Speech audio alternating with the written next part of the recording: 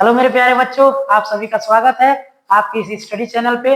हम लोग एक सीरीज चला रहे हैं जिसमें 2026 में आने वाले सब परीक्षा के जितने भी मोस्ट इंपोर्टेंट क्वेश्चन उसमें हम लोग सबको कवर करेंगे। इस श्रृंखला में आज हम लोग का दूसरा टॉपिक है कूलाम के नियम का सदिश रूप या कूलाम के नियम का सदिश निरूपण। हम लोग इस टॉपिक में कूलाम के नियम का सदिश निरूपण करेंगे और किस प्रकार से करेंगे जरा सा इस बात को देखेंगे हम लोग, है ना। तो सबसे पहले आप एक निर्देश तंत्र बना लेंगे। क्या बना लेंगे बेटा? निर्देश तंत्र। इस निर्देश तंत्र में दो अक्ष होंगे, एक होगा एक्स अक्ष और दूसरा होगा वाई अक्ष, और इसका मूल बिंदु होगा ओ और ओ। मूल बिंदु क्या होगा?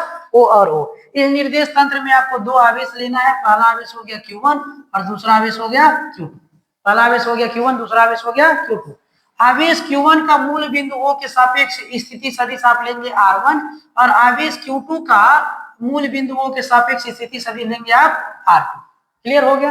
अच्छा ये दोनों आवेश एक दूसरे से r मीटर की दूरी पर रखे हैं। कितना मीटर की दूरी पर? r मीटर की दूरी पर रखे हैं। तो मेरे बच्चे आप देखेंगे कूलाम एक बात कहते हैं। कूलाम क्या कहते हैं? यदि दो बिंदु आवेशों के एक दूसरे के पास पास आप लेकर के जाएंगे तो दोनों के बीच में बल लगेगा। यह बल या तो आकर्षण का होगा या तो प्रतिकर्षण का। तो कूलाम के कहने का मतलब ये है कि Q1 जो है Q2 के ऊपर बल लगाएगा। Q1 Q2 के ऊपर क्या लगाएगा? बल।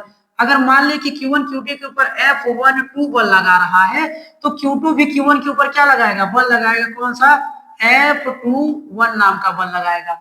बात समझ में आ गया कि नहीं आ गया? यानी कि अगर किसी निर्देश तंत्र में हम दो आवेश Q1 और Q2 को रख दें तो Q1 जो है वो Q2 के ऊपर बल लगाएगा और Q2 जो है वो Q1 के ऊपर बल लगाएगा। इस प्रकार दोनों ही आवेश एक दूसरे के ऊपर बल लगाएंगे। क्लियर है ना? और ये दोनों कौन सा बल लगाते हैं? F बराबर 1/4 Q1 Q2 बटे r स्क्वायर। आप लोग पढ़े कूलाम के नियम में? एकदम अच्छे से पढ़े हैं। अगर मान लो बेटा मेरे बच्चे, यदि मान लो आप यदि आवेश Q1 का Q2 के सापेक्ष स्थिति सदिश Q2 के सापेक्ष स्थिति सदिश R12 हो तब क्या कहा सर? ये कह दिया कि अगर Q1 का Q2 के सापेक्ष जो स्थिति सदिश है वो क्या हो जाए? वो हो जाए R12 हो जाए। क्या हो जाए? R12 हो जाए। तब Q1 के द्वारा Q2 पर लगाया गया बल क्या होगा? तब Q1 के द्वारा Q2 पर लगाया गया बल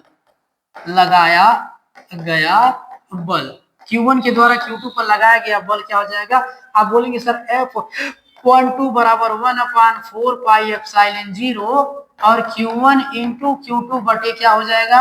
आप बोलेंगे सर R12 का होल स्क्वायर। इसको हम लोग कैसे लिख सकते हैं? यहाँ हम लोग इसको इस प्रकार लिख सकते हैं कि F12 बराबर 1/4 πε0 और Q1 इंटू Q2 बटे R1 माइनस R2 का क्या हो जाएगा? ये होल स्क्वायर हो जाएगा। इसको बना देंगे समीकरण नंबर 1। क्या बना लेंगे मेरे बेटा? समीकरण नंबर 1। अच्छा सर, अगर Q1 Q2 के ऊपर बल लगा रहा है तो Q2 भी तो Q1 के ऊपर बल लगा रहा है, तो हम जरा सा उसको भी देख लेते हैं। लिख लेंगे क्या सर? कि इसी प्रकार यदि Q2 का Q1 के सापेक्ष स्थिति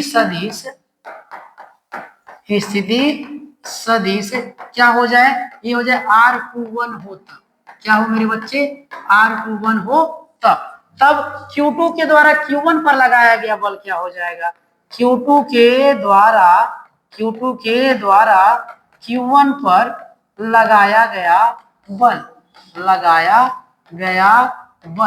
ये क्या हो जाएगा मेरे बच्चे? हो जाएगा F21 बराबर 1/4 πε0 और Q1 इंटू Q2 बटे क्या हो जाएगा?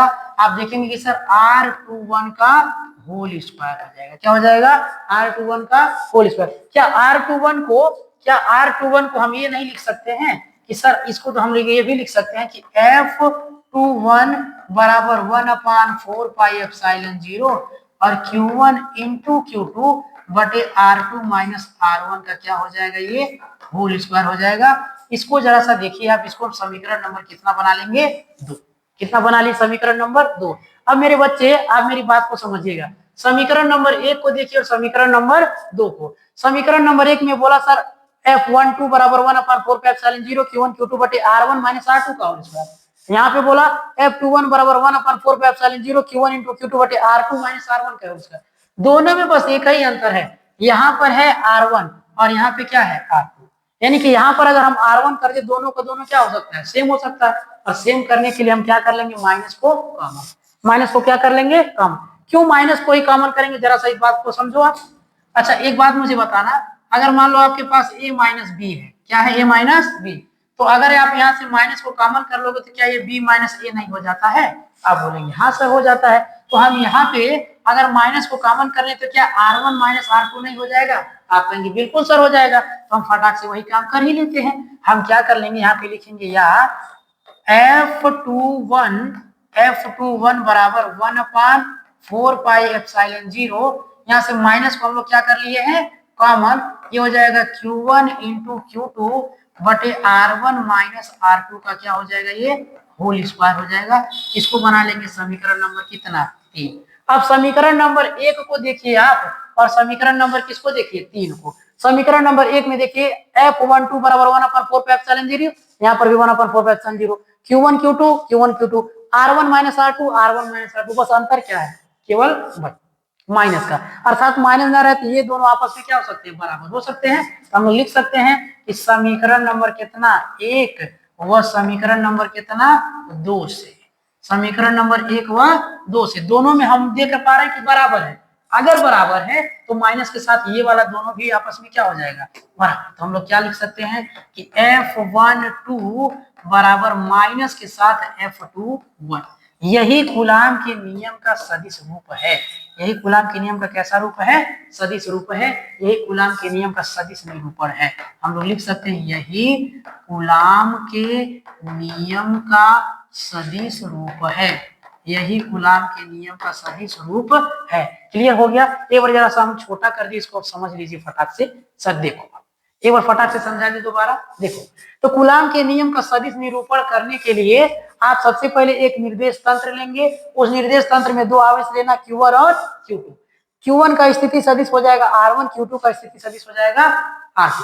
ठीक है, यहां से Q1 Q2 के ऊपर बल लगाएगा और Q2 Q1 के ऊपर क्या लगाएगा, बल। अगर Q1 के सापेक्ष Q2 का स्थिति सदिश R12 हो जाए तो Q1 के द्वारा Q2 पर लगाया गया बल F12 बराबर 1/4 पाई 0 Q1 Q2 बटे R12 का होल स्क्वायर।